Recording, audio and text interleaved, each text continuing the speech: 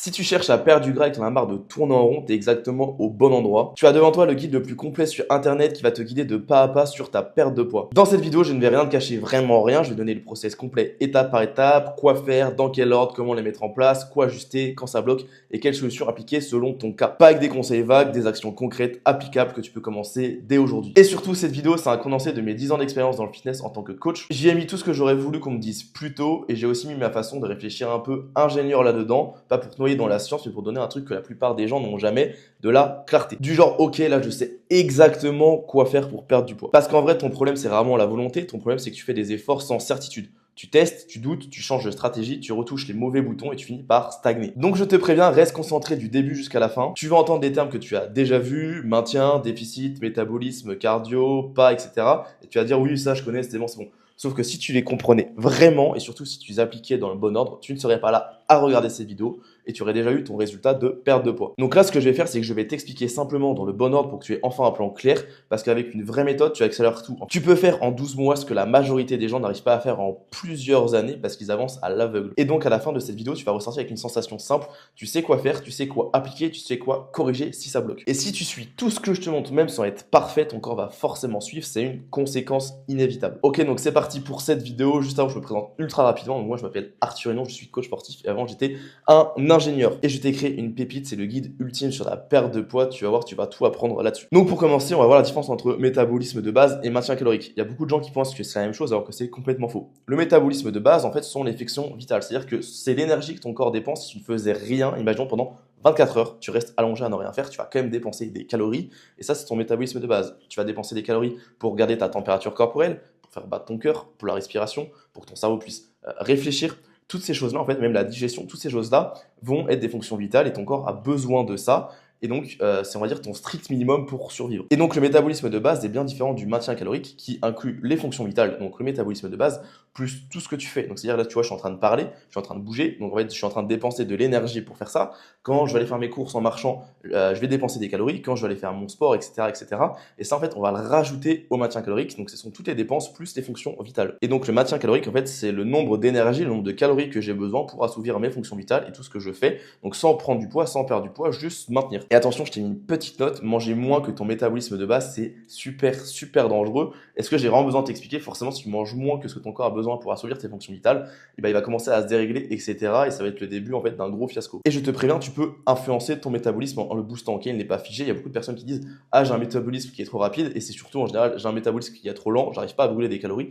En fait, c'est faux. On peut l'influencer. Tu verras au cours de cette vidéo qu'il y a différents moyens de l'influencer. Et c'est surtout l'un des points piliers que tu vas devoir t'intéresser pour ta perte de poids. Tu vois, c'est super important. Et sache que tu peux modifier ton métabolisme dans n'importe quel contexte, hein, que tu aies 20 ans, 30 ans, 40 ans, 50 ans, que tu sois ménopausé, que tu sois petit, grand, mec, peu importe, on peut vraiment booster ton métabolisme et le modifier en faisant quelques actions simples. Pour que tu comprennes, le métabolisme de base, donc c'est le strict minimum pour tes fonctions vitales. La HIIT, ce sont les actions conscientes, donc c'est les actions que tu vas faire exprès de faire, typiquement aller faire du sport, aller courir, voilà, des choses comme ça, c'est des choses que tu fais exprès. La NEAT, à l'inverse, ce sont des actions qui sont inconscientes. Typiquement, là, je parle, je bouge mes mains. En vrai, je fais pas forcément attention quand je bouge mes mains. Pourtant, ça me fait dépenser des calories. Quand tu vas marcher de ta chambre pour aller à ton salon, tu vas marcher. Ces actions qui sont inconscientes, tu fais pas exprès de dépenser des calories. Et donc ça, c'est des actions inconscientes. Et enfin, la TEF, c'est l'effet thermique des aliments. Donc c'est-à-dire qu'en fait, quand tu vas manger des aliments, ton corps va dépenser de l'énergie pour les digérer, notamment les protéines. En fait, si tu manges par exemple 100 calories de protéines, ton corps va mettre à peu près 25 à 30% du coup de ces calories-là lors de la digestion, forcément, parce que ça va demander de l'énergie pour casser les acides aminés, etc. Et donc ça peut être très intéressant dans une perte de poids et on le verra dans la suite. Et donc ton premier objectif, c'est absolument de respecter ce maintien, ok? C'est très très très important. Ok, maintenant on va passer au déficit calorique. Qu'est-ce que c'est? Parce qu'il y a beaucoup de gens qui pensent que le déficit calorique c'est égal à manger moins. Ils se disent, ok, très bien, je veux perdre du poids, donc qu'est-ce que je fais? Je mange moins. En fait, il y a 1000 façons de faire un déficit calorique. Un déficit calorique, qu'est-ce que c'est? C'est juste d'avoir une balance énergétique négative. C'est ça qui crée un déficit calorique et pas forcément manger moins. Et comment on fait ça? Il faut juste avoir ton maintien calorique moins X calories, ce qui permet du coup d'être en déficit. Tu dépenses plus que ce que tu ingères dans la journée. Imaginons que ton maintien il est à 3000 calories, et bien si tu manges 2900 ou 2800 ou 2700 ou même 2100 calories, et bien tu es en déficit et c'est tout. Et tout le point de cette vidéo, c'est de te montrer qu'on peut être en déficit sans manger moins et du coup comment faire pour créer ce déficit sans être dans la frustration de manger moins. Et ça va passer par la relance métabolique. C'est un terme un peu marketing, je suis bien d'accord, mais il résume extrêmement bien le principe de du coup cette relance métabolique. La relance métabolique, qu'est-ce que ça permet? Ça permet de manger plus. Ok, là tu te demandes, mais ok, pourquoi manger plus? C'est la solution à perdre du gras, ça n'a pas de sens. Tu vas voir. C'est la solution parce que déjà, ce que tu faisais avant, c'est que tu mangeais beaucoup trop peu en termes de calories, en termes de nutriments, et du coup, tu étais en sous-alimentation, sous-nutrition, ce qui fait que ton corps tournait mal, ton métabolisme était complètement saboté, et tu pouvais pas faire une perte de poids sur le long terme, et surtout saine. Donc pourquoi manger plus? C'est la solution. Déjà, on va voir où est-ce que ça t'a mené de manger moins. Ok, typiquement, de manger moins, ça t'a mené à avoir faim, ok, des grosses fringales, tu ne peux pas manger ce que tu aimes, tu t'interdis des aliments, du chocolat, des gâteaux, etc. Tu vas penser H24 à la nourriture, ok. Dès que tu as faim, tu penses à manger ci, manger ça, etc. Tu viens de finir de manger ton déjeuner, tu penses déjà à ce que tu vas manger dans 2 heures. Tu cherches aussi à manger moins, c'est frustrant parce que tu ne peux pas manger de moins en moins. Ok, une fois que tu n'arrives plus à perdre du poids et que tu es par exemple à 1200 calories, bah, tu peux pas descendre encore plus, sinon bah, en fait tu vas vraiment mettre ta vie en danger et même c'est pas agréable, c'est pas supportable. Et du coup ça entraîne de la restriction et de la frustration, ce qui fait que tu ne peux pas durer sur le long terme et donc forcément ça te fait rater une perte de poids parce que tu sais bien qu'une perte de poids ça ne se fait pas en un mois. En plus de ça, quand tu manges moins, tu es HS, vu que tu as moins d'énergie qui rentre et bah forcément tu es fatigué, tu es irritable, ok, tu es aussi potentiellement moins productif au travail, tu réfléchis moins bien, tu n'es pas de bonne humeur.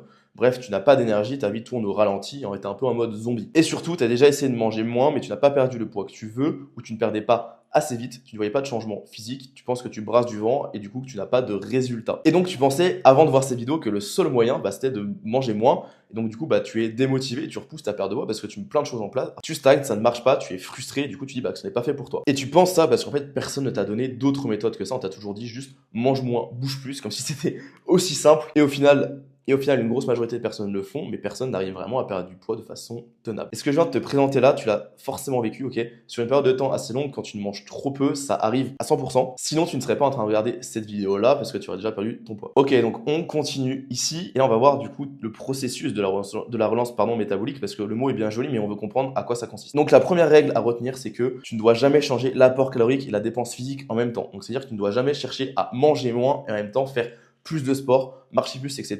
parce que ça va vraiment tout chambouler. Et je vais t'expliquer pourquoi dans 5 minutes. La première étape, ça va être de connaître ton métabolisme de base et ton maintien calorique théorique. Et pour ça, tu as plusieurs méthodes. Ok, soit tu peux demander à ChatGPT qui n'est pas forcément très précis, soit tu as plusieurs calculateurs sur Internet, pareil, qui prennent pas beaucoup de facteurs en compte. Ou moi, je t'ai créé mon propre calculateur qui prend énormément de facteurs en compte et du coup qui est très très très précis. Si jamais tu veux l'utiliser, bah, tu as juste à cliquer ici. Donc voilà, on se retrouve sur le calculateur. Il a été créé du coup par moi-même et par Mathilde Vion, qui est une ingénieure en nutrition. Et on va faire un test pour que tu vois comment ça fonctionne. Imaginons, je suis un homme, j'ai 30 ans, je fais 1m80, je fais 100 kg. Donc mon IMC, voilà, il est de 30,9, je suis en obésité.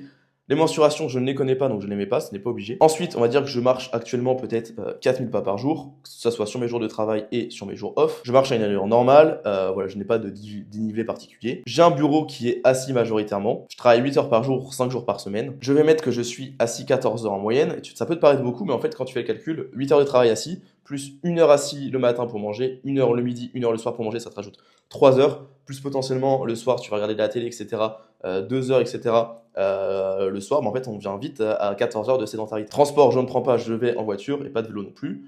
En activité physique, on va dire que je fais voilà, la musculation, intensité modérée, 2 séances de voilà, 60 minutes dans la semaine. Donc au niveau du sommeil, voilà, je dors à peu près 7 heures par nuit. Par contre, j'ai pas mal de stress. 8 sur 10, et là en fonction en fait, du stress qu'on met, le calculateur nous dit qu'il y a un risque de dérive parce qu'attention à l'adhérence, forcément le stress va jouer énormément sur les hormones, sur la qualité de notre perte de poids, donc attention, et ça sera un des facteurs à régler et il le prend en compte du coup dans notre objectif de calories. Là moi je veux faire une perte de poids, imaginons que je veux le perdre du coup donc 10 kg en 6 mois, donc 24 semaines, je laisse le mode réaliste et l'adaptation métabolique, ça va pousser les calculs encore plus loin. Et du coup, là, on se retrouve avec mes calories cibles à manger. Donc, typiquement, je devrais potentiellement manger 2500 calories du coup tous les jours pour perdre mes 10 kilos en 6 mois. Ça me ferait un déficit de 670 calories par jour.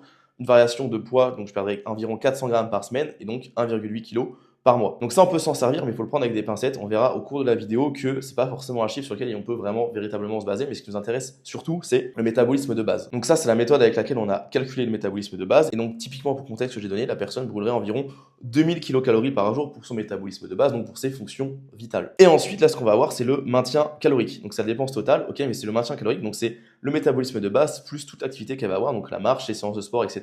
Et là, on a tout le détail de ce qu'on peut avoir. Donc, on voit que le métabolisme de base, c'est 1980 calories, que l'activité de son métier, elle va brûler 480 calories par son métier, qu'avec la marche qu'elle fait tous les jours, elle va brûler 138 calories, qu'avec le sport, elle va brûler aussi des calories, et avec les aliments qu'elle va consommer, elle va aussi brûler des calories lors de la digestion. Là, on a une répartition des macronutriments, donc protéines, glucides, lipides de ce que la personne devrait manger pour du coup atteindre son objectif. Donc voilà, tu pourrais t'arrêter ici et suivre juste les recommandations du calculateur, mais ce que je t'invite vraiment à faire, c'est de poursuivre cette vidéo parce que tu vas comprendre en profondeur, tu vas pouvoir adapter à chaque blocage, comprendre vraiment comment ça fonctionne et tu auras enfin 100% de chance de perdre du poids parce que tu as déjà suivi, je pense, des calculateurs voilà, de calories, mais ça n'a jamais vraiment marché, donc il faut que tu comprennes pourquoi. Donc voilà, maintenant que tu connais ton métabolisme de base et ton maintien théorique calorique, on va pouvoir avancer. L'étape 2, c'est de connaître ton apport approximatif actuel. Donc, qu'est-ce que tu manges actuellement en termes de calories? Donc, tu as plusieurs solutions. La première solution, c'est compter approximativement sur l'application de tracking. Donc, peut-être Yazio ou MyFitnessPal, tu connais. Et donc, tu vas rentrer une journée type. Imaginons la journée que tu as mangé hier. Et bah, tu vas essayer de retracer le cours de ta journée et dire, OK, j'ai mangé ça le matin, j'ai mangé ça à la pause de 10 heures, j'ai mangé ça le midi et ça le soir, etc. Tu fais ça sur 2-3 jours et comme ça, tu auras une estimation globale de ce que tu manges actuellement en termes de calories. Ou alors, tout simplement, tu peux demander à ChatGPT d'estimer une journée type et comme ça, tu connaîtras ce que tu manges en termes de calories à l'heure actuelle. La deuxième règle qui est extrêmement importante à retenir, c'est que tu dois être progressif. Ok, dans tout ce que tu fais, tu dois être absolument progressif et tu vas voir pourquoi. La troisième étape, ça va être de te calquer sous ce maintien théorique à moins 150 ou moins 200 calories et ça progressivement. Ok, imaginons que sur l'étape 1, ton résultat était de 3000 calories en termes de maintien. Et bien, ce que tu vas faire, c'est que tu vas descendre aux alentours de 2850 à 2800. Et donc, tu dois logiquement quand même perdre du poids durant cette phase de remontée des calories. Parce que voilà, imaginons que ce que tu mangeais, c'était à peu près, du coup, j'en sais rien, 2500 calories. Et bah, tu vas passer de 2500 et remonter jusqu'à 2850. Donc progressivement, et tu devrais quand même perdre du poids parce qu'en théorie, tu es en déficit calorique vu que tu es en dessous de ton maintien. Et donc là, comment tu fais pour remonter progressivement tes calories? Donc comment contrôler ton apport en calories? Tu as deux méthodes. Soit tu as une première méthode donc sans tracker où tu as un chat GPT qui va te créer des plans alimentaires sur mesure du coup en fonction de tes besoins en termes de calories et de macronutriments. Je t'en ai créé un ici, ok, c'est un chat GPT personnalisé, tu as juste à cliquer dessus, tu lui dis aide-moi et du coup il te posera tout un tas de questions, il pourra te faire tes plans alimentaires par rapport à ça. Deuxième méthode, c'est avec tracking, donc toujours l'application Yazio, et tu prévois en fait tes repas à l'avance, c'est-à-dire qu'imagine que tu es le dimanche, et bah tu vas écrire ton repas du lundi le dimanche, comme ça tu sauras exactement quoi manger tout au long de ta journée, et tu ne te retrouveras pas le soir en disant ah soit j'ai trop mangé ou soit j'ai pas assez mangé, tu sais exactement quoi faire. Et ça te permet de prévoir ta semaine à l'avance et de ne pas avoir en fait, de mauvaises surprises. Et pendant cette phase-là, je veux que tu aies une alimentation qui soit flexible tant que tu atteins ton total calorique. Ok, le plus important, ok, je t'ai fait une échelle des priorités, c'est l'adhérence. Donc c'est à quel point tu arrives à maintenir ce que tu manges, ok, que tu prennes plaisir dans ton alimentation, que tu ne sois pas fatigué, etc., et que ça colle à ta vie du quotidien. C'est extrêmement important. C'est vraiment le pilier de tout parce que si tu ne tiens pas, bah forcément ton objectif il s'envole. Ensuite, ça va être le total calorique. Ok, c'est la deuxième chose la plus importante. On s'en fiche de combien de grammes de protéines, combien de lipides, etc. Tant que tu as ton total calorique, c'est le plus important. Ensuite, tu vas avoir les macronutriments, donc c'est tout ce qui va être protéines, glucides et lipides. Ok, ça passe en secondaire, c'est d'abord les calories et ensuite est-ce que tu atteins tes grammes de protéines, est-ce que tu atteins tes grammes de lipides, etc. Ensuite, les micronutriments, donc c'est tout ce qui va être vitamines et minéraux. Et enfin, en moins important, ce qu'on va retrouver, c'est des fibres, ça va être la qualité des aliments, donc est-ce que c'est bio, est-ce que voilà, c'est industriel, etc. Ça va être le timing nutritionnel, donc est-ce qu'il faut mieux le manger ça avant le sport, après le sport, le matin. Ça va être les compléments alimentaires, parce que voilà, les compléments, bah, c'est les compléments alimentation, donc c'est vraiment pas ça qui va être la fondation de ta perte de poids. Et enfin, la densité nutritionnelle, donc est-ce que voilà, c'est rempli de micronutriments, est-ce que ce que tu manges, il y a des vitamines, est-ce qu'il y a des minéraux dans en fait ton alimentation ou pas. Et attention, ça veut pas dire que tu peux manger n'importe quoi chez Wagner, tu dis ah, ok, donc si je mange des McDo tous les jours et tant que j'ai mon total calorique, c'est ok, je perdrai du poids. Alors en théorie, oui, mais en pratique, non. Tu verras parce qu'il faut que tu manges au minimum 2 vrais repas. Ok, 2 vrais repas avec des protéines, des glucides, des lipides et des fibres. Ok, pour avoir en fait tout simplement un volume alimentaire qui est élevé et peu calorique. Tout simplement parce qu'en mangeant du coup des vrais repas, et bah, tu auras une faible densité calorique, ce qui fait que tu auras des aliments qui vont prendre beaucoup de place dans ton estomac, mais qui vont pas avoir beaucoup de calories. Tu vois, si tu manges des pommes de terre, si tu manges du riz, si tu manges du poulet, ça prend énormément de place dans ton estomac, tu vas avoir un gros effet de satiété. Et du coup, bah, tu n'auras pas envie de manger par derrière. Alors que si tu manges des McDo, si tu manges des bonbons, des gâteaux, etc., des choses qui sont extrêmement denses en calories, c'est-à-dire que c'est très petit, mais en termes de calories, ça monte extrêmement vite, bah forcément tu ne seras pas rassasié et donc tu auras faim et tu vas craquer plus tard. Et en plus de ça, le fait de manger des vrais repas, ça va te permettre d'atteindre beaucoup plus facilement tes macronutriments. Le fait de manger de la viande, du fromage, du lait, des œufs, des fruits, des légumes, etc. qui ne sont pas transformés, c'est blindé en macronutriments. Du coup, tu auras largement, facilement tes glucides, tes lipides, tes protéines et tu n'auras pas besoin de faire littéralement attention à ça si tu manges plutôt brut. Et pourquoi du coup tu ne dois pas manger que des mauvais aliments et pas de repas complets, ok, à éviter de faire des mini repas sur le pouce ou de manger voilà, des aliments malbouffes, etc. Parce qu'en fait, tu auras un total calorique qui sera très difficile à gérer. Ça monte extrêmement vite quand tu manges des mauvais aliments. Tu n'auras pas d'énergie stable durant toute la journée, hein, si tu manges que des McDo, imaginons, même si c'est pas le cas, bah, en fait, tu vas avoir des crashs de glycémie, etc. Tu vas être fatigué, tu seras de mauvaise humeur, etc. Et donc, tu seras pas dans un bon mood. En fait, ta vie sera pas folle, quoi. Tu auras des macronutriments qui seront difficiles à atteindre parce que c'est vide en termes de nutriments, la bouffe transformée. Tu auras envie de grignoter H24, tu auras potentiellement des inconforts digestifs. Tu vas aussi passer une mauvaise nuit parce que tu vas moins bien dormir, etc. Et en plus de ça, c'est mauvais pour la santé, ça apporte tout un tas de maladies. Et nous, ce qu'on veut, c'est perdre du poids, mais c'est aussi être en bonne santé, évidemment. On veut pas avoir un six-pack et avoir tout un tas de maladies derrière. Donc forcément, ça va te perdre. Ok, du coup, là, on revient à l'étape. Donc comme je te disais, il faut que tu augmentes tes calories progressivement juste en dessous de ton maintien. Et ça, du coup, tu le fais tous les 3 à 7 jours. Tous les 3 à 7 jours, tu vas augmenter en fait de 150 à 200 calories pour arriver juste en dessous de ton maintien. Donc typiquement, si tu étais à 2500 calories, et bah, tu vas monter à 2700. Ok, tu rajoutes 200 calories, donc tu vas monter à 2700. Tu vas faire une semaine à 2700. Et ensuite, du coup, tu vas rajouter par exemple 150 calories. Tu vas arriver à 2850. Tu tiens une semaine. Et donc en 14 jours, tu es arrivé juste en dessous de ton maintien. On arrive à la 4e étape. Donc une fois l'étape 3 terminée, tu vas pouvoir augmenter ta dépense au plus haut possible. Donc ce qu'on a fait d'abord, c'est qu'on a augmenté ton apport le plus haut possible pour être juste en dessous de ton maintien. Et maintenant, ce qu'on va faire, c'est qu'on va augmenter ta dépense, toujours le plus progressivement possible. Donc imaginons de base, tu faisais peut-être 3000 pas par jour en moyenne, et bien là l'idée ça va être de monter à 4000 pendant une semaine, la semaine d'après ça va être de monter à 5000, la semaine d'après à 6, la semaine d'après à 7. Ok, de rajouter progressivement de l'activité, de la dépense au cours de ta semaine. Potentiellement aussi peut-être que tu faisais 0 séance de renforcement musculaire, et bien tu vas passer à une séance de renfo, puis 2 séances de renfo, 3 séances de renfo, 4 séances de renfo. Ou si tu ne faisais pas de cardio, et ben tu vas passer à 15 minutes de cardio, puis 30 minutes de cardio, tu vois, toutes les semaines, tu incrémentes en fait au fur et à mesure. Et attention, à aucun moment ça doit être une trop grosse contrainte dans ta vie. Et tu dois pouvoir tenir sur le long terme. Donc si imaginons tu faisais 3000 pas, tu montes à 4, 5, puis 6, et tu vois qu'au-dessus de 6000, bah, soit tu n'as pas le temps de marcher, etc. C'est trop compliqué parce que bah voilà, tu travailles, tu as des impératifs, tu as une vie à gérer, etc. Et bah c'est pas grave, tu restes à 6000. Pareil au niveau des séances de sport, si tu vois qu'au début tu en faisais 0 et tu arrives à monter à 2 et qu'après 3 ou 4 ça prend trop de temps ou tu vois que tu es moins motivé, etc. parce que ça demande trop d'investissement, et bah tu restes à 2. Et en fait, il faut que tu puisses garder le maximum tenable sur le long terme et sans que ce soit une contrainte. Sinon, tu ne tiendras pas. Et nous, ce qu'on veut, c'est être bien dans sa vie, c'est pas perdre du poids juste pendant 6 mois et faire un effet yo-yo. C'est voilà, garder une routine que tu vas pouvoir tenir tout le long de ta vie et être en bonne santé et bien dans ton corps le plus longtemps possible. Et attention, je te mets un petit post-it ici, faire plus ne veut pas dire forcément plus de résultats. Ok, c'est pas parce que tu passes à 20 000 pas par jour, que tu fais 7 séances de sport et que tu fais 3 heures de cardio par semaine que tu auras plus de résultats que quelqu'un qui fait moins, parce qu'il y aura toute une notion de récupération, d'adhérence qui va rentrer en compte. Et du coup, il ne faut pas se dire je me mets à fond dès le départ, je donne le plus de choses possible, je m'investis le plus possible, parce que c'est souvent une grosse erreur et c'est ça qui va te permettre de rater une perte de poids. Et là, on va avoir une notion qui est extrêmement importante, c'est le fait de faire du renforcement musculaire. Ok, tu vas comprendre les avantages et pourquoi c'est ultra pertinent du coup d'associer au moins les séances de renfo au pas. Si tu fais pas de cardio, il y a zéro souci. Ok, c'est vraiment pas ultra nécessaire dans une perte de poids. Ça peut être un outil, mais c'est pas le pilier. Le pilier, ça va vraiment être les séances de renforcement musculaire et les pas. L'avantage en fait du renforcement musculaire, ça va être de préserver ta masse musculaire en déficit. Parce que forcément, tu vas manger moins, potentiellement que tu vas être un poil plus fatigué ou tu vas bouger un peu moins et du coup, tu vas perdre du muscle. Et ce qu'on veut, nous, c'est absolument pas perdre du muscle. On veut continuer à le préserver, voire même à augmenter la masse musculaire parce que c'est un tissu énergivore. Okay, ce qu'on appelle une recomposition corporelle, donc c'est-à-dire perdre du gras et prendre du muscle. Pourquoi on veut garder la masse musculaire? Parce que c'est un tissu énergivore. En fait, ça demande à ton corps des calories pour préserver ta masse musculaire. Imaginons, tu vois, moi je suis plutôt musclé.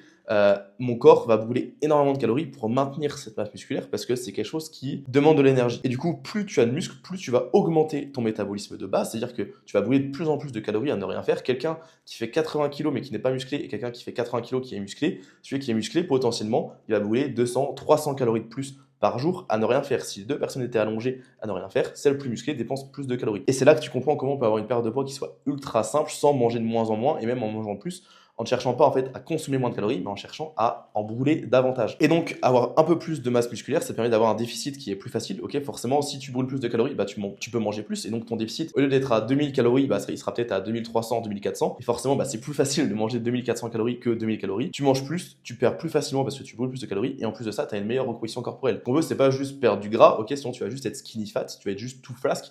Pas tonique, et nous ce qu'on veut c'est perdre du gras évidemment, mais on veut aussi une belle silhouette.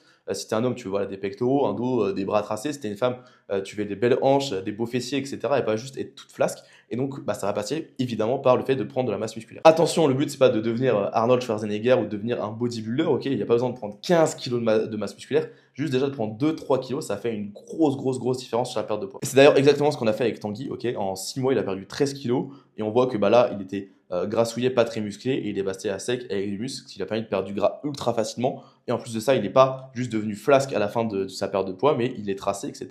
Et là, bah, il se sent extrêmement bien dans sa peau. Hop, on revient ici. Et du coup, ce que je te conseille de faire pour tes séances de renforcement musculaire, c'est de baser à 80% sur des exercices polyarticulaires. C'est quoi les exercices polyarticulaires? C'est des exercices pardon, qui mettent en place plusieurs articulations. Imaginons que je fasse un squat, il va y avoir l'articulation de la hanche, du genou et de la cheville. Quand je vais faire par exemple des tractions, il va y avoir l'articulation des épaules, l'articulation du coude. En gros, c'est faire des exercices qui engagent le plus de muscles possible. Et pourquoi faire ça? Tout simplement parce que tu n'as pas forcément le temps de t'entraîner, etc. Et on va viser en fait 80% des résultats pour 20% d'efforts, ce qu'on appelle la loi de Pareto. On va pas chercher à faire de l'isolement sur des muscles, tu vois, isoler le biceps, isoler le triceps, etc. On n'est pas des bodybuilders. Nous, ce qu'on veut, c'est faire un renforcement homogène au niveau du corps et faire ce qui rapporte le plus de résultats. Ça te permet de faire des séances qui sont moins longues, plus efficaces et de moins chercher la petite bête en fait à quoi améliorer. Et ce qui est très intéressant du coup avec l'exercice polyarticulaire, c'est que tu vas pouvoir jouer sur la performance. Imaginons que voilà, tu faisais du squat, du soulevé de terre, du RDL, du DOP couché, bah, tu vas pouvoir te challenger sur les performances. Et quand tu vas aller faire ta séance de sport, tu vas pas y aller uniquement pour dire ok, je dois perdre du poids, mais tu vas y aller pour dire bah, je veux m'améliorer sur le mouvement. Et ça permet aussi de sortir un peu l'objectif de la perte de poids et y aller par plaisir. Parce qu'à terme, moi ce que je conseille et ce que j'invite forcément les gens à faire, c'est de comprendre qu'il y a une sorte de plaisir à faire du sport, etc. Et c'est pas juste une contrainte. Et ça permet de trouver un peu un petit jeu, ok, de se dire bah je vais chercher à être de plus en plus performant sur chaque séance et d'oublier un peu l'objectif de la perte de poids. Ce qui est beaucoup plus agréable. En fait, on n'y va plus pour une contrainte, on y va pour un plaisir. Forcément, ça va jouer sur ta motivation qui va être à la hausse. Tu vas avoir une adhérence, donc tu vas aimer aller à la salle, etc. parce que tu vas avoir du progrès. Imaginons que tu as commencé à faire du squat, tu étais à 50 kg. Au bout d'un mois, tu vas être à 60. Au bout de 2 mois, tu vas être à 70, etc. Tu vois l'évolution et ça permet aussi d'avoir un autre facteur que juste le poids sur la balance. Et donc, forcément, tu tiens le plan et donc tu as des résultats. Quand tu as réussi à faire tout ça, et bien normalement, bravo, tu as un corps et un métabolisme qui tournent normalement et c'est déjà un très bon point de départ. Donc, ça, c'était toi avant. Tu étais complètement dans un cercle vicieux. Tu mangeais moins et donc tu avais une adaptation métabolique à la baisse, donc ton métabolisme était en chute libre et il tournait de moins en moins bien, donc tu n'avais pas d'énergie pour dépenser, donc tu ne perds pas de gras, donc ce que tu fais, vu que tu ne perds pas de gras, bah, tu dis bah, je vais en manger encore moins, et en fait tu as un cercle vicieux qui n'en finit jamais. Il faut que tu saches que l'unique rôle de ton métabolisme, c'est la survie, et du coup lorsque tu n'apportes pas les ressources nécessaires au beau fonctionnement, bah, ce qu'il va chercher à faire, c'est prioriser ce qui est vital. Et donc qu'est-ce qui est vital? Et bah, il va se mettre à ralentir et à stocker du gras au cas où bah, voilà, il y a une sorte de famine, etc. En fait, notre corps il est fait pour résister au fait de ne pas manger pendant quelques temps, et donc forcément il va stocker, garder l'énergie, et l'énergie est stockée sous forme de gras. Et donc évidemment pour ton corps, perdre du poids, perdre du gras, voir tes abdos, perdre tes poignées d'amour, c'est absolument pas vital, au contraire pour lui. À l'inverse, maintenant, donc toi après avoir vu ces vidéos, ce que tu vas faire c'est que tu vas manger suffisamment, du coup tu auras de l'énergie, donc tu pourras te dépenser plus par tes entraînements, tu vas plus marcher dans la vie de tous les jours, voilà, tu auras plus de motivation pour faire des trucs dans ta vie, tu auras une vie sociale qui sera plus épanouie, tu auras plus de dépenses de façon générale, ton métabolisme il tourne à bloc, tu manges suffisamment et ça crée un super cercle vertueux. Surtout à ne pas oublier qu'en fait en mangeant plus, tu vas aussi du coup avoir plus de digestion, vu que tu as mangé plus de protéines, plus de macronutriments, du coup ton corps va aussi brûler davantage de calories lors de la digestion, ce qui fait qu'en mangeant plus, tu brûles plus de calories, ce qui entraîne en fait encore plus ce cercle vertueux. Ok, donc maintenant que ton corps tourne normalement, tu as désormais plusieurs choix. Le premier c'est de faire une perte de gras, le deuxième c'est de faire une prise de masse, et j'ai mis entre parenthèses muscle, parce que j'aime pas le mot terme prise de masse, ou est-ce qu'on veut c'est prendre du muscle, hein, pas de prendre du gras, donc une prise de muscle, ou soit faire un maintien. Donc si tu veux faire une perte de gras, tu as juste à faire une descente des calories progressive et ensuite de refaire une relance métabolique exactement comme on a vu ici. Si tu veux faire une prise de muscle, bah, tu vas monter des calories très progressivement pour éviter de prendre du gras trop vite, hein. Ça sert à rien de se mettre en surplus de 500 ou 1000 calories. Tu vas juste prendre trop de gras et tu n'auras pas d'adaptation musculaire et donc tu vas juste devenir flotteux, ce qu'on ne veut pas du tout. Et si tu veux faire un maintien, bah, tu vas juste à maintenir en moyenne tes calories et tu vas maintenir ta condition physique actuelle. Ton corps il est prêt en fait à se modeler parce que tu l'as préparé et il est sain vu que ton corps tourne normalement et ton métabolisme tourne normalement. Attention, tu as quand même quelques données clés à contrôler, peu importe du coup dans quelle étape tu vas te trouver. Pour moi, les données clés à contrôler qui sont plus ou moins indispensable, on va dire, ça va être le poids à jeun au réveil, 2 fois par semaine, pas plus, ok, parce qu'en fait, sinon tu vas avoir des variations au cours de la semaine qui ne servent à rien. Des fois, tu vas perdre du poids, prendre du poids, etc., prendre 1 kg, perdre 1 kg d'un jour à l'autre, ce qui n'est pas intéressant. Nous, ce qu'on veut, c'est une tendance sur la semaine. Tu devras aussi potentiellement contrôler ta dépense, que ça soit du coup avec les séances de sport et le nombre de pas par jour que tu fais, ton apport calorique évidemment, ton sommeil parce que ça va jouer énormément sur ta production d'hormones, sur l'hormone de la faim, la gréline, sur ta motivation, sur ta capacité à tenir le plan et donc l'adhérence, et aussi tes performances en entraînement pour s'assurer qu'en fait bah, elles progressent au fur et à mesure du temps. Donc globalement tu vois ça donne ça, tu as les dates avec le poids, on voit que le poids des fois tu vas à 75,3, 75, 75,2, donc là sur la personne que j'ai suivie, et donc on voit que son poids monte, descend, mais au final sur la semaine on voit qu'il a commencé à 75,3 et qu'il descend à 74,2, donc voilà, pas forcément l'intérêt de se peser en fait sur tous les jours au milieu. Moi ce que je te conseille c'est tout simplement de te peser le lundi et le jeudi et de faire une moyenne des deux poids, ça suffira largement. Et ensuite de traquer les calories, les protéines, les glucides et les lipides et pourquoi pas les fibres, plus les entraînements à côté. Et comme ça, quand tu as une variation de la perte de poids, et bah, tu as des données, tu sais comment adapter. Tu ne le fais plus à l'aveugle, tu le fais avec des choses solides basées voilà, sur la logique et la science. Et si tu veux aller plus loin, pourquoi pas, tu peux traquer autre chose, donc avec l'hydratation, la répartition des macronutriments, la répartition des micronutriments, les mensurations, les photos de ton corps, ce qui peut être très intéressant, et la satiété. Donc voilà, toujours avec la même cliente que j'ai suivie, on a traqué des mensurations. Potentiellement, tu peux prendre aussi en compte le cycle hormonal, donc ovulation, etc., parce que ça va jouer sur ton poids si tu es une femme. Si tu es un homme, a priori, il n'y a pas de souci.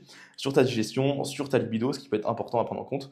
Et voilà, prendre en compte les nombres d'heures de sommeil, la qualité de sommeil, la faim, l'hydratation, le stress, le nombre de pas, et si tu fais du cardio. En fait, traquer, ça permet de faire des choix qui sont rationnels et de bonnes réactions. Okay, si tu stagnes pendant 2-3 jours, si tu n'as pas traqué, tu vas te dire ok, je vais manger encore moins, tu vas stresser, tu vas faire des choix bêtes. Alors que si tu vois que ton poids stagne pendant 2-3 jours ou que tu reprends un peu de poids, bah, ça se trouve que c'est parce que tu dors moins bien, ça se trouve que c'est parce que tu fais un peu moins de pas, ça se trouve que parce que tu manges un peu plus de calories sans t'en rendre compte. Et en fait, tu vas pouvoir regarder où est-ce que ça cloche, adapter et tout simplement ne pas stresser, dire ok, c'est à cause de ça, trouver le problème, l'adapter et continuer à perdre du poids de façon sereine. Ok, maintenant je vais te donner la solution à tous les obstacles que tu vas rencontrer potentiellement durant ta perte de poids. Le premier obstacle, c'est les restaurants. Ok, ça c'est sûr, tu vas pas y échapper. Donc comment faire? Donc déjà pour le restaurant, ce que je t'ai fait, c'est que tu vas pouvoir estimer tes calories. Ok, donc j'ai mis un chat GPT personnalisé où tu pourras juste en fait envoyer ta photo de ton plat. Il va te poser juste quelques questions très rapides. Il va pouvoir du coup estimer tes calories. J'ai mis toutes mes connaissances dedans.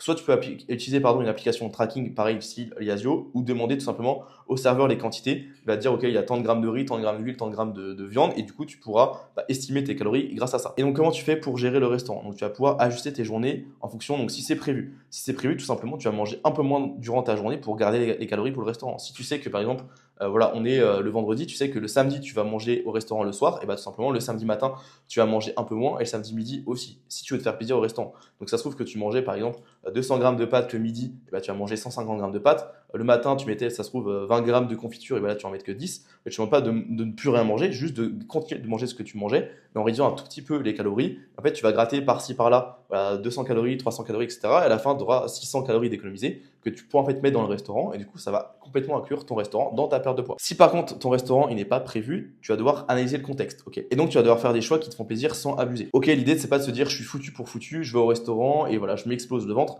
Exemple, ne prends pas un dessert par habitude ou pression sociale. Ok, mange ce que tu veux. Ou par exemple, si tu vas dans un restaurant à volonté, ne va pas chercher en fait à rentabiliser le plus possible ton restaurant, à manger plus de plats possible. Tu vas juste avoir mal au ventre, tu vas regretter et tu vas avoir une grosse dose de frustration après le repas. Donc voilà, si tu vas au restaurant, prends juste un plat si tu as envie de prendre un plat, prends un plat ou un dessert si tu as envie de prendre un plat ou un dessert, mais ne prends pas forcément plat, entrée, dessert, plus une pinte de bière ou du vin, etc. Mange juste à ta faim et n'abuse pas juste parce que c'est l'occasion. Et donc en fonction de cette situation, tu as plusieurs choses à faire.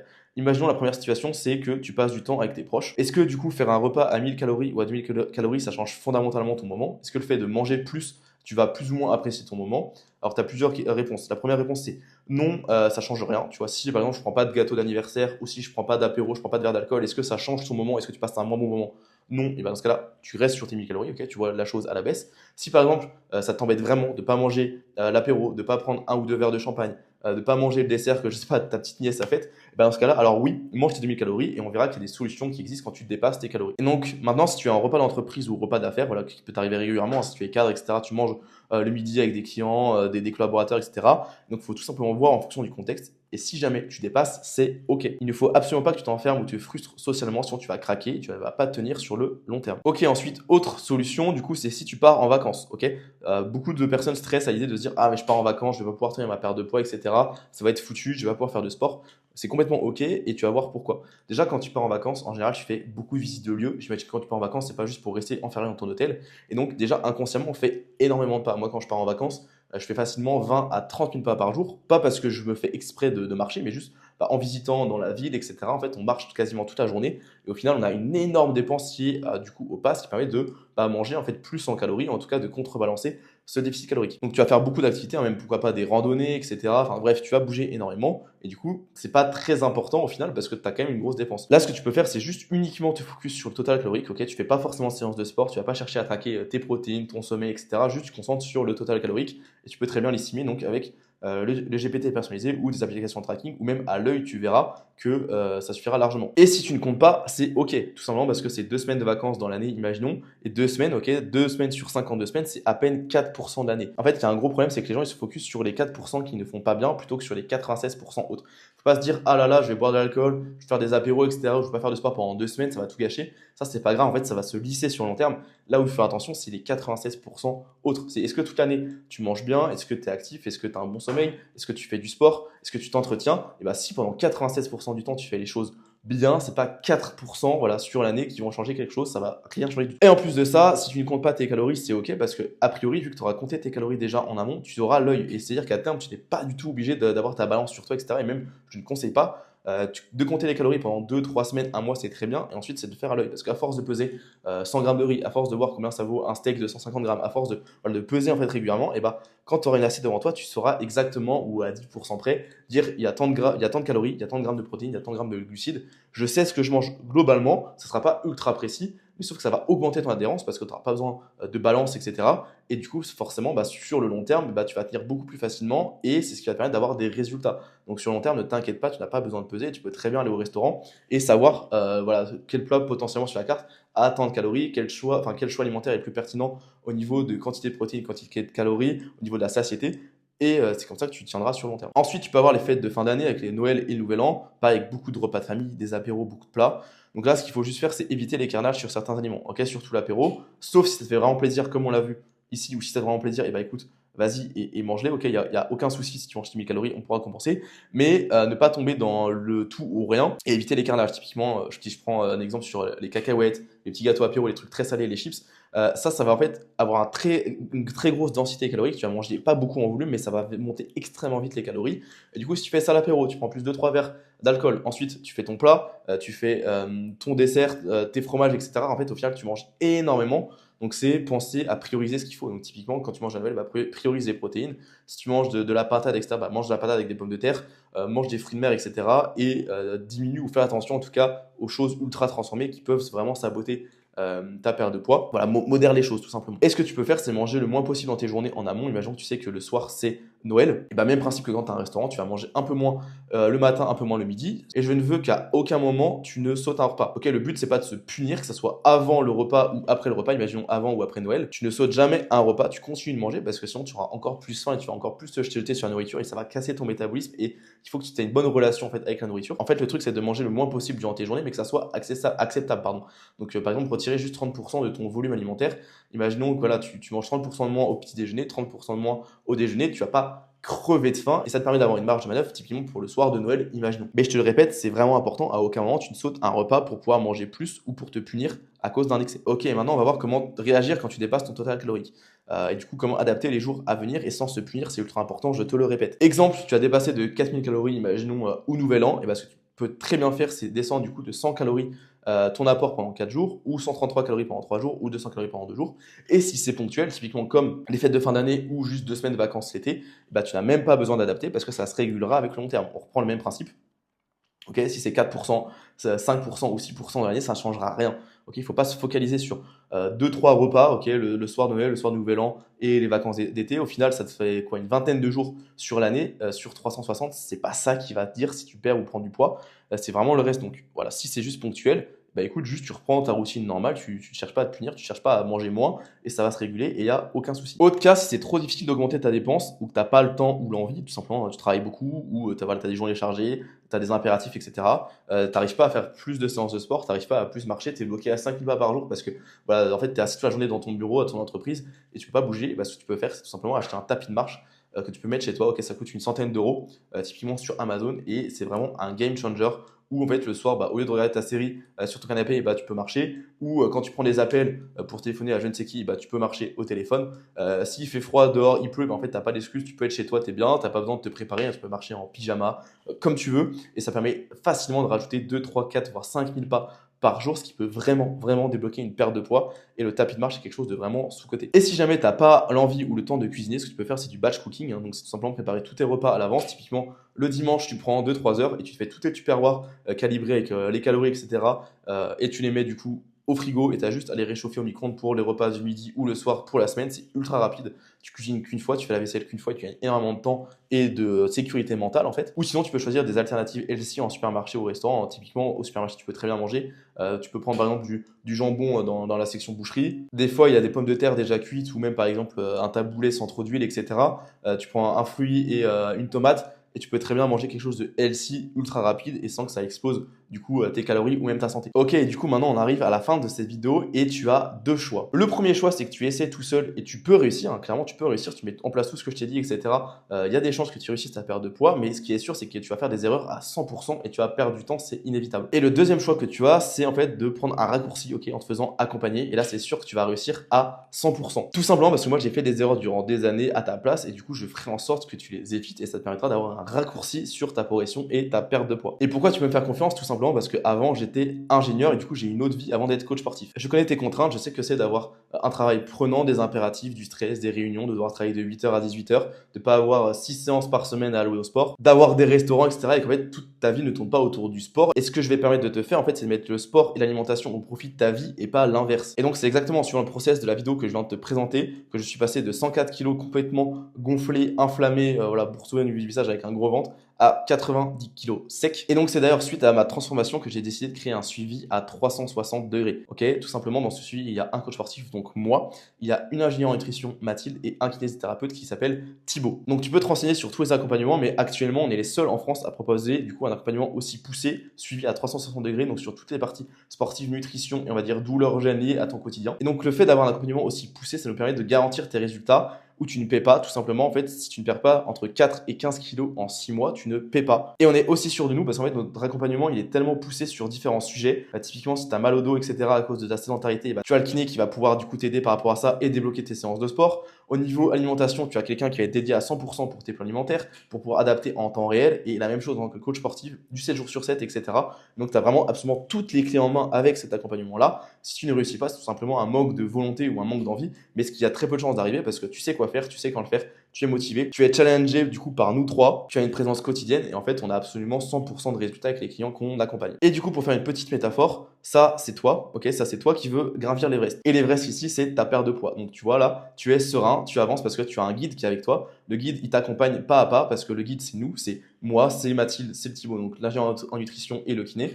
On a déjà fait ça des centaines de fois avec des personnes. On sait comment le faire, comment perdre du poids, comment éviter tous les problèmes, les embûches. Et on t'accompagne pas à pas, ok? Et ensuite, ça c'est toi qui es tout seul, qui te dit, ok, j'ai envie de gravir l'Everest, mais comment je fais? Je n'ai pas de plan, j'ai pas de guide, je ne l'ai jamais fait et je ne sais pas comment réagir si jamais j'ai un blocage ou une embûche. Et donc maintenant, je veux que tu te poses une question, qui des deux personnages a le plus de chances de gravir l'Everest? Celui qui est tout seul et qui ne sait pas par où commencer, qui ne sait pas comment adapter, ou celui qui avance tranquillement, sereinement, parce qu'il a toute une équipe derrière lui qui sait exactement quoi faire. Évidemment, c'est lui qui a 100 fois plus de chances de réussir son objectif. Et donc, si jamais tu es intéressé, tu peux candidater en cliquant ici, ok? Ça permettra d'avoir un appel avec mon équipe, donc soit avec moi, Thibaut ou Mathilde. On fera vraiment un point sur ta situation, comprendre tes contraintes, tes problématiques, voir si tu fais partie des types de personnes qu'on peut accompagner et voir si tu es très motivé, parce que évidemment, vu qu'on met une garantie en place, on ne travaille pas avec n'importe qui. On prend le risque de notre côté et donc on va être sûr à 100% que la personne s'implique. Et si tu ne veux pas démarrer avec nous, c'est très sincèrement ok, il n'y a pas d'animosité. Je te souhaite très sincèrement de réussir ta perte de poids. J'espère que cette vidéo t'aura vraiment aidé, que tu vas pouvoir utiliser les différents outils que je t'ai mis en place. N'hésite pas à la regarder plusieurs fois et même pourquoi pas à m'envoyer des messages sur Instagram. Je m'y ferai un plaisir de t'y répondre parce qu'avant tout, ma mission et notre mission, c'est d'aider les personnes, peu importe comment. C'était Arthur, ciao.